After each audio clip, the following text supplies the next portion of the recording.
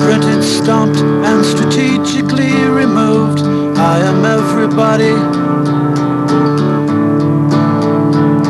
Insane without innocence. I am trapped, tricked, packaged, and shipped out. I am produced. I am produced. I am produced. Stomped, tripped, trapped, tricked, packaged. I am produced.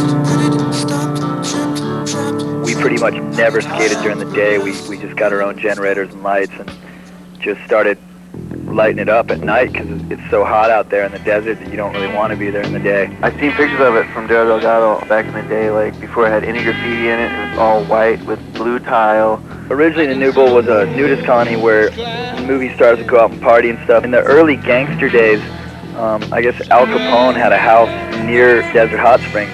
He's the one who kind of opened up the whole town to the sort of party atmosphere of people go out into the middle of nowhere and just party down as hard as they want. Eddie Elguera was one of the first people to found it, and he stumbled upon it through a guy that was motocrossing up there or shooting guns up there or something like that.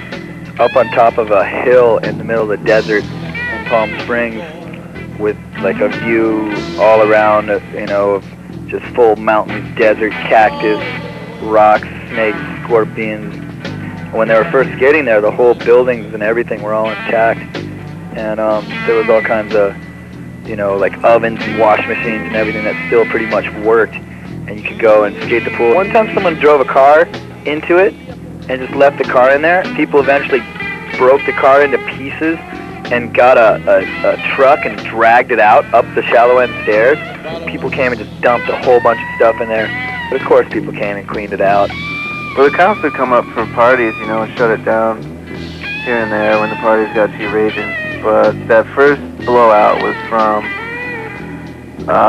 some big, giant dude. He's like some promoter he's like in a band, and I forget that guy's name. Some fat pig. He thinks he's a rock star. And he decided he wanted to have a show out at the Nude. But the thing is, he put directions to it out on the internet, flyers. Like there was flyers everywhere. And all the local skaters were like looking like, why are there directions to the Nude Bowl for a party? You know, that's like sacrilegious. You know, you don't blow that up. Well, we called him up and we said, hey, you know, it's not really cool. You're gonna blow it. Someone's gonna get killed out there. The pool's gonna end up buried. And you can't have that many people there without a fight or without the cops coming and freaking. But the guy kept saying, no, it's a mellow thing. I talked to the cops. It's cool. It'll work out. And you know, there's no way that it would. Some guy got stabbed, or like 2 people got stabbed or something like that. When this happened, though, the bands were playing up on the upper deck, and there was like 4 people skating the pool. Everybody else was like dancing around and like slam dancing and you know, partying. There was a bunch of local kids from the desert and stuff like that. And while these guys are partying, some dude just freaked out and started stabbing people with a pocket knife. The guy who got stabbed in the heart almost died. He had to have some stuff done to him in the ambulance to save his life. The police had to deal with it, and they were like, oh, there's people getting stabbed up there now. Well, this is out of hand. Sure enough, a bunch of idiots blew it for everybody, and the police ended up filling the whole pool up with dirt. And then the Reul got together with Blue Torch. We let it sit for an entire year. And, you know, after a year, for my next birthday, we were going to dig it out. We ended up hooking with Blue Torch, and I told them my idea to dig it out, and they said that if we gave them exclusive film rights, they'd pay for the whole deal. So I said that'd be cool as long as they didn't release the TV show until after the pool was bulldozed again, because we figured if we dug it out, it was going to probably get bulldozed again. 28 hours straight digging out the pool. Filled all the holes in, got it all perfect, put new coping on and filled cement in for tile. Then we painted the entire pool.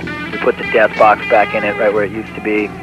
And then we just broke out in session, and we got to ride it for about maybe a month, maybe even 2 months actually. We got to ride it for a little while, and it was better than it had ever been. Hardly anybody's going there. There wasn't any big parties.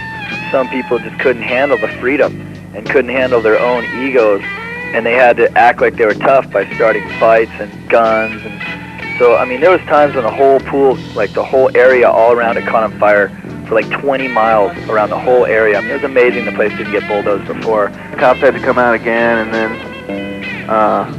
they were just sick of it, you know? The pool was still cool for a little while, but then all of a sudden it was buried again. And when they buried it this time, they broke in the walls. They kind of caved them in a little bit.